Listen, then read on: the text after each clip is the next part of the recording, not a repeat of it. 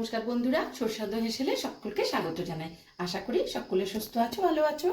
তো বন্ধুরা, আজকে একটা সন্ধ্যার স্ন্যাক্স তোমাদের সঙ্গে ছোট্ট রেসিপি আমি শেয়ার করছি। হ্যাঁ, একদম কম উপকরণে কিভাবে পনির পকোড়া বানানো যায় সেটাই তোমাদেরকে আমি আজকে দেখাবো। একদম সহজ, একদম ছোট্ট একটা রেসিপি, দেখতে থাকো। এখন অল্প একটু ঝালের গুঁড়ো,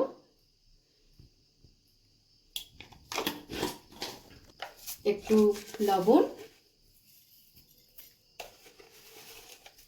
2 চিমটে মতো লবণ,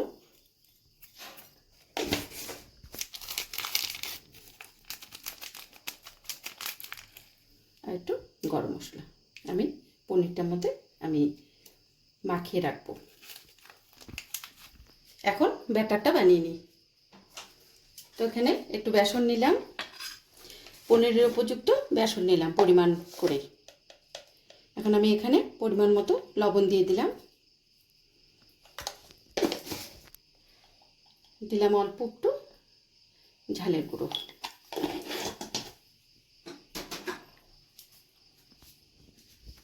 দিলাম একটু আদা আর কাঁচা লঙ্কার পেস্ট,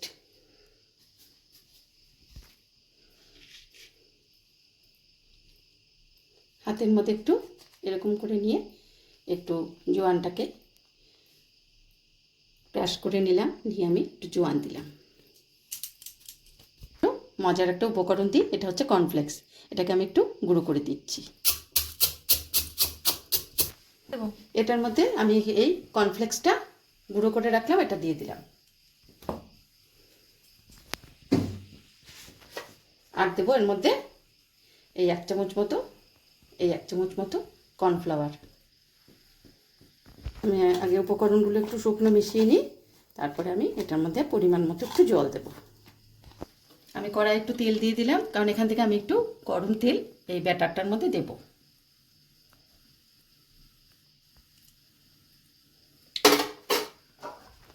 আমি এখান থেকে একটু এই চামচে গরম তেল এর মধ্যে দিয়ে দিলাম।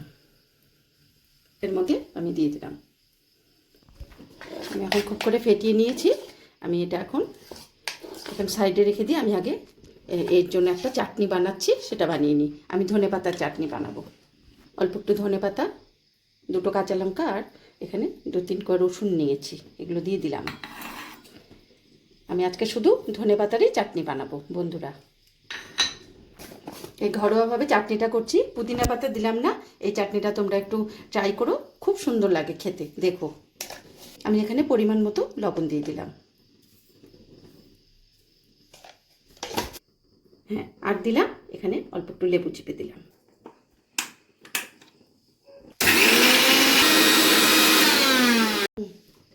ব্যাটারটা রেডি। আমি এখান থেকে একটা করে আমি চামচের সাহায্যে আমি এখানে দিয়ে দিলাম।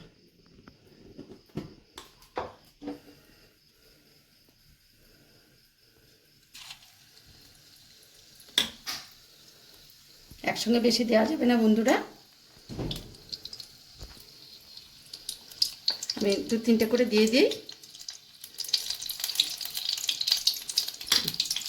বন্ধুরা, যারা আমার চ্যানেলটা সাবস্ক্রাইব করেছো তাদের আমি অনেক ধন্যবাদ জানাই। তোমরা সাথে থেকো, যারা করোনি তাদের বলবো প্লিজ চ্যানেলটা সাবস্ক্রাইব করো। আর ফেসবুকে দেখে থাকলে পেজটা ফলো করো। আর তোমরা লাইক কমেন্টগুলো করছো না, সেটা করো। আমি বুঝতে পারছি না যে আমার ভিডিওগুলো তোমাদের ঠিক ভালো লাগছে কি না। তোমরা একটু আমার সাথে থেকো, আমাকে একটু এনকারেজ করো। আমি তোমাদের সামনে নতুন নতুন ভিডিওগুলো এনে আমি উপস্থিত করতে পারবো।